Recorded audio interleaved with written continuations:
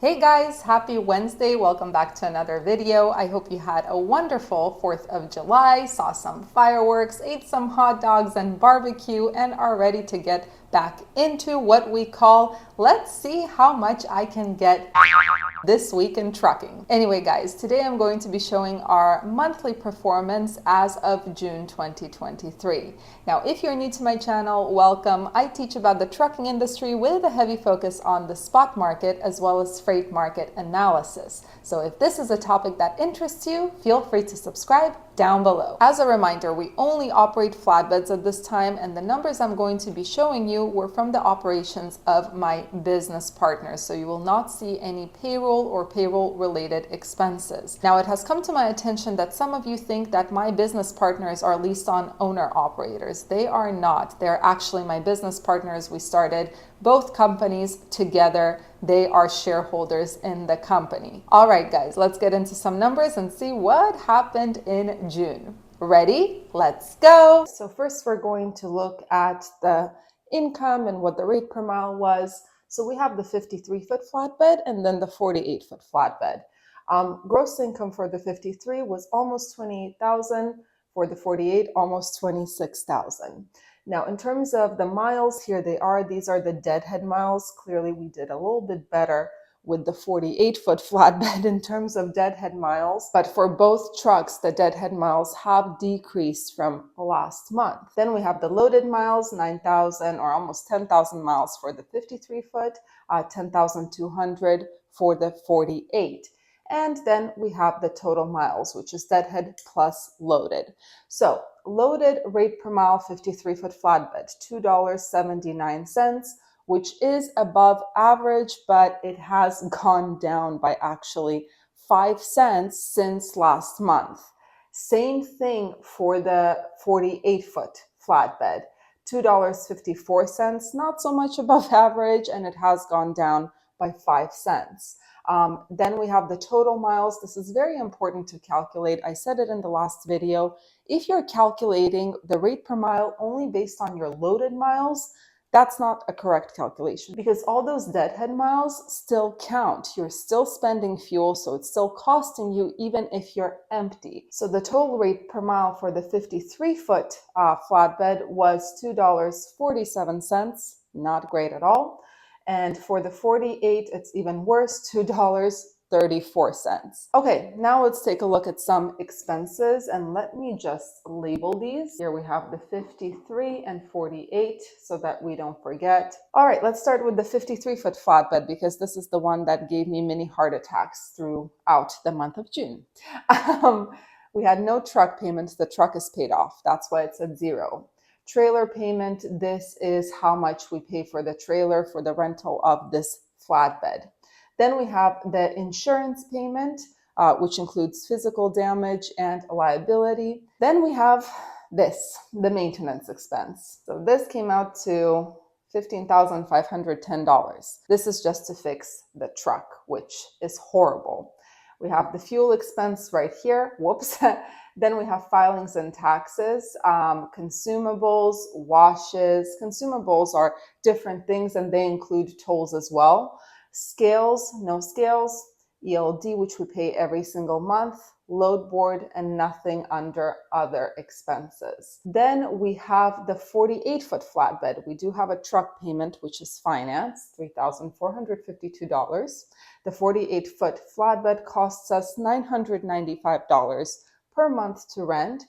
Insurance, we have maintenance right here, fuel, filings and taxes, consumables, again, it includes tools, washes, scales, electronic logging device, no load board because we just use this load board. Here are the total expenses. Again, this is the 53 and this is the 48.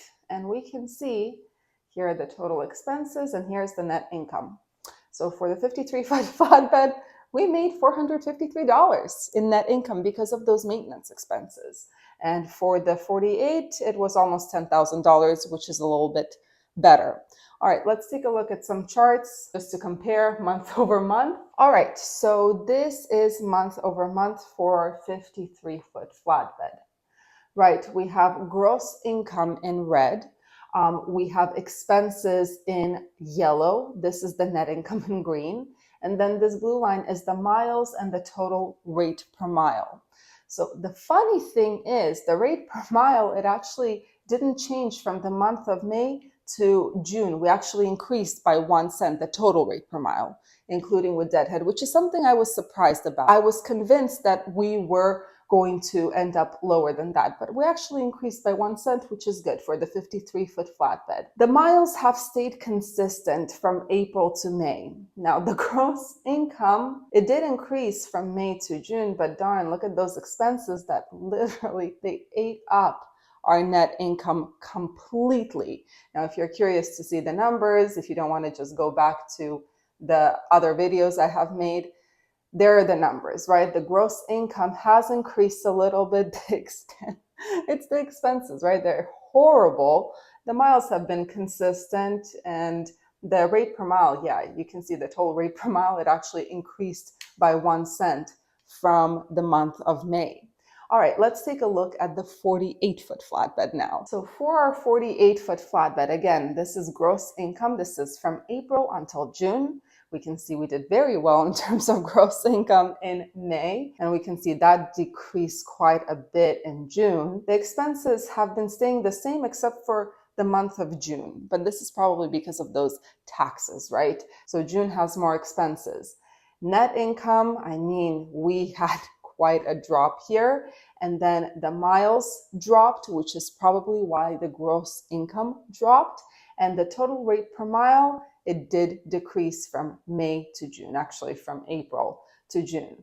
So let's take a look at the numbers. Yeah, we can see we actually decreased by 4 cents total rate per mile right here from May to June. The net income decreased by quite a bit. The expenses increased.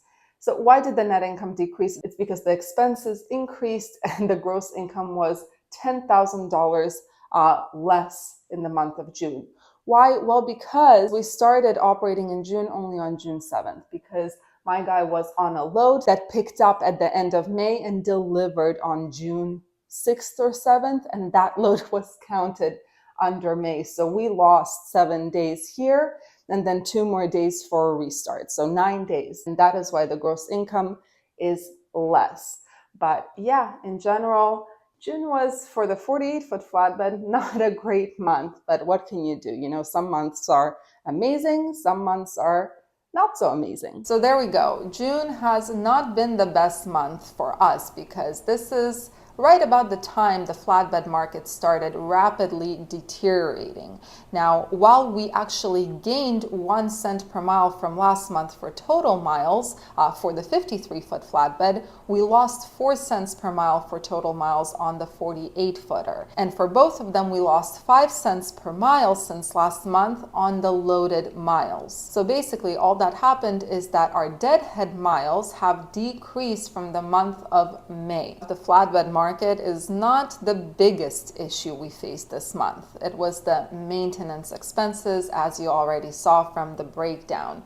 You saw that we had over $15,000 in maintenance expenses, which honestly, it killed me, as in it killed my motivation completely. To add to that, this month, there are going to be another additional $10,000 in maintenance expenses. That's why you often hear the phrase that carriers are just one breakdown away from shutting down. And that is why it is so important to keep track of your cash flow. But yeah, it's taxing on the mind to realize that all those negotiations, all those unpleasant conversations with brokers, all that hard work that is done by the people who are operating those trucks, all of that money earned is just going towards covering repairs. Now, something I realized, and I don't know, did you guys realize this? I realized that many service centers, when they realize that you cannot move your truck, you go there to fix it, you cannot move it, so the only thing you can do is repair it there, they will start counting some crazy labor hours to repair the simplest of things. The parts, they didn't increase much in price. A radiator that cost